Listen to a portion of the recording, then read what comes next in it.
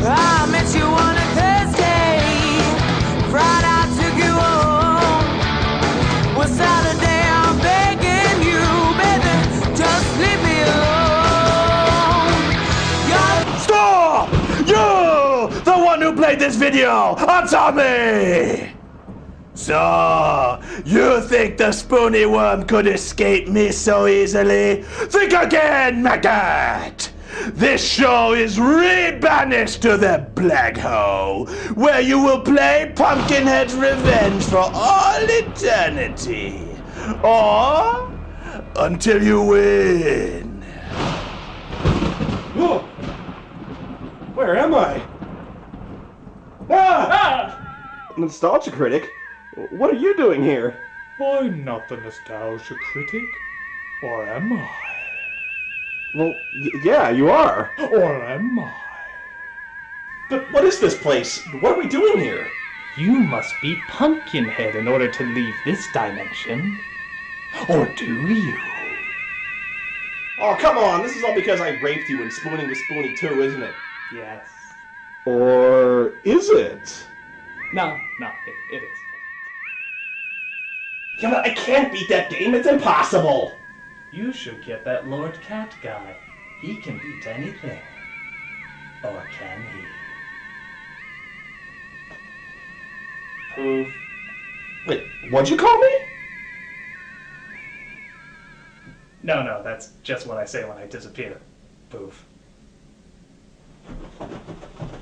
Your eternal failure only serves to bore me, Spoony Worm. I've decided to send you help. Because you see, even if you beat Pumpkinhead, there is no victory. There is only more madness.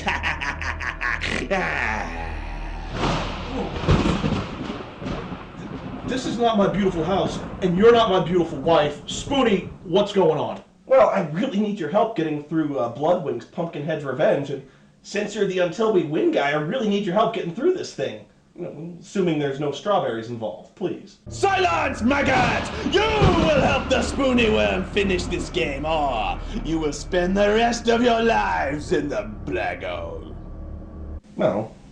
If this is the black hole, it's not too bad. Not that bad at all. It's comfortable, nice bed. It's actually got kind of a pastelish, pastoral theme. Would you shut up and beat the game already, maggots? Amateurs.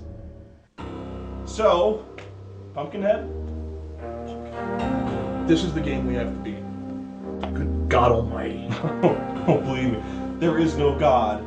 There is only Pumpkinhead, and he will be the death of us. Unless you can beat it. You're the only one who possibly can. Come on, man, you beat Bayou Billy. You've got to help me. Bayou Billy had a stick. You have jack shit in Pumpkinhead. I guess we start a little one then. Right, well, there are three key elements of this level. The videos, the chests, and the monsters. The game's like a hybrid between an FMV, an adventure game, and an FPS. It's just not a very good hybrid. The first part of the level is easy, and I think you already covered that one, Spoondog. What? Never mind. Yeah, you collect the Tantanic crystals in the underworld by jumping into the vortex left behind by the Stay Puft Marshmallow Man's retarded stepchildren. You use the crystals to get in the movies and collect items from the movies by clicking around. But then some unseen spectral children keep accusing me of theft for doing exactly what the instructions told me to do. They keep stealing my inventory, and I give up in frustration. Okay, we got that. That's cool. But what in the hell am I supposed to do after that? You think like an adventure game designer. Think of it like this. You've got an inventory of items, and they all do something. It's just a matter of figuring out what you're supposed to do with them. So things like the map will show you a map when you use it, and keys let you open chests, right? Well, that's all well and good, but what in the hell am I supposed to do with a vial of blood? And why do these children keep stealing my inventory? Well, the vial of blood shows you where secret entrances are. Oh, okay. Small question. Why does the vial of blood show you secret entrances on a map? Spoons, you're not thinking like an adventure game designer. Alright, close your eyes and pretend you're Roberta Williams. Now listen, I know you don't have the breasts for it, but pretend you're her with some serious brain damage. You have a shovel. What do you do with it? I dig a hole and I bury this flaming turd in it. No, dude.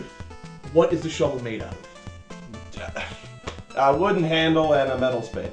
No. You gotta think like a designer. It's a stick with a piece of metal at the end. What do you do with that? I swing it really hard and hit shit with it. Exactly. All right, look, we're not getting anywhere doing this. So this is like an adventure game, right? Those games are based around the items you have, so what other items are in this festering pile of slug vomit? Well, there's a candle and flashlight, and you use those to light dark paths. And the Hunter's License lets you see enemies on the map, and that comes in pretty handy later on. Oh, I get it now, so the watch stops time. Yeah, they're kind of ripping off Castlevania there. And the fire extinguisher puts out fires. Not exactly. Oh, so you use it to bash monsters in the head. No, actually, you use it to recover health. Wait, what? Yeah. You use a fire extinguisher in the zone of nothingness. It's covered in lava, so you gotta freeze it to walk over the lava. You gotta freeze the lava, which fills the zone of nothingness, the void of nothingness. Wait. Okay, so the fire extinguisher freezes somehow the sea of superheated magma, so you can walk over it, shoot the bouncing globes that restore your health, and this makes no sense. It makes less sense than fucking Blitzball, man. But at least Blitzball was integral to the plot. Well, moving on. Anyway, you're also gonna need a mirror and a newspaper to beat this level. And then there's the Voodoo Doll. A vile, horrible piece of equipment that you absolutely must get in the first level, otherwise you can't complete the game. And oh, by the way, you don't need the voodoo doll just yet. You need it for the second level. There's some backwards thinking going on here that I just cannot wrap my brain around. Spoony, you might not be able to wrap your brain around it, but you really don't have to. This game's so stupid that there's no reason to be thinking about it. I mean, basically all you have to do is run around the stage, jump into portals, collect items, and then use them in various ways. Now, since the game places portals in random locations, I can't exactly hold your hand and walk you through everything.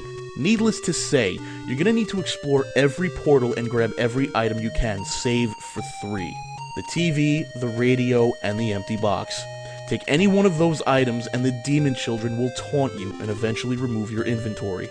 Wait, so the game took away my inventory because I stole an empty cardboard box. Exactly. I quit.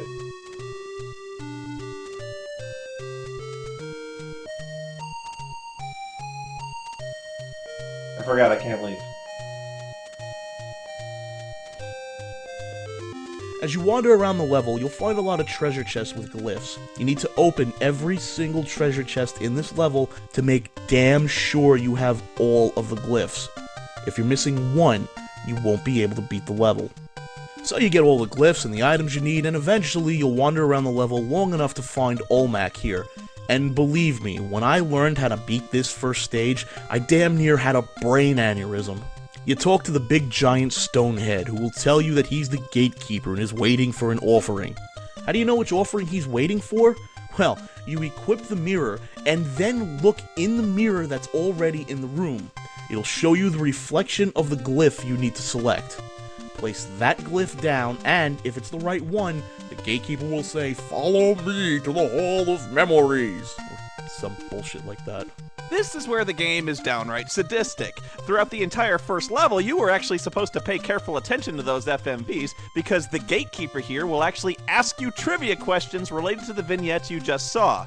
Select the dork you think is the right answer to the trivia question, and you touch the flame of truth, the blue torch that has absolutely no other function in the game, yet takes up a huge chunk of space on the HUD. I bet you thought that was just purely decorative, right? Wrong.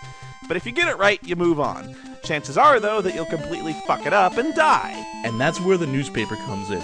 Apparently the developers knew that they created a mess of a game, so they put in a cheat. If you grab the newspaper in the cinematic where you're not allowed to grab anything else, you can use it here to find out which portrait is the correct answer. Okay, wait, so a newspaper, which has already been printed, has the answer to a future trivia question asked by Olmec in a purgatorial parallel dimension. In a way, yeah. Ah!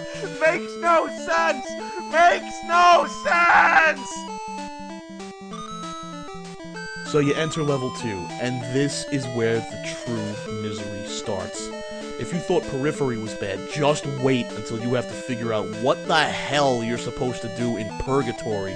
In this level, instead of getting objects from cutscenes, you get to choose who lives and who dies. The only problem is that you absolutely must know who lives and dies in the second Pumpkinhead movie, and if you don't, you're just going to be playing a long, tiresome guessing game. There are actually only 2 people who survived that movie, Jenny and Jane. Everyone else has to die in order to obtain the item they're carrying. Because when people die in this game, they reappear in front of you dressed as a monk, and they hand you some useless children's toy, and they say, I hope you know what to do with this. Well, no! I don't! What the fuck am I supposed to do with a fire truck? What the fuck? You'll also have to collect their souls from the hands of destiny.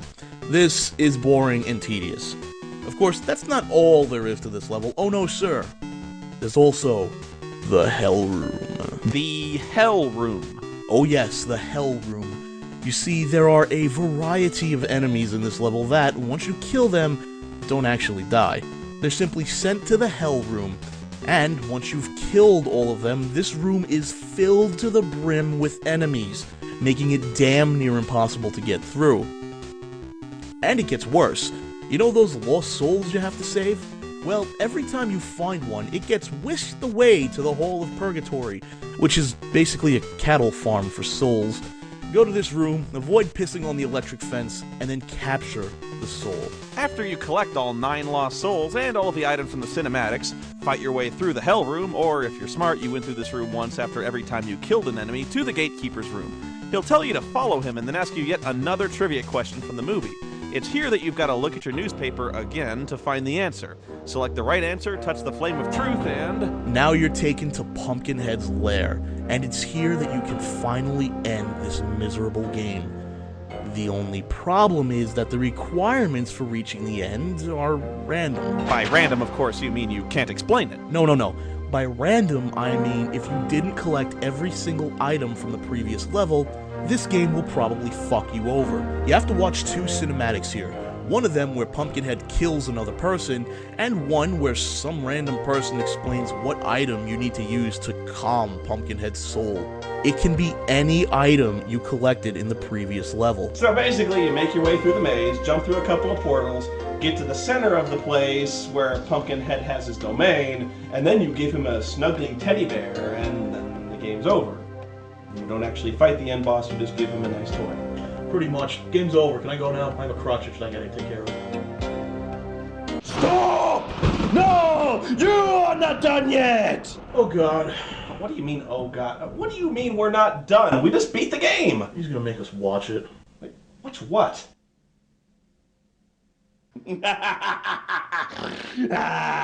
Behold the power of Pumpkinhead!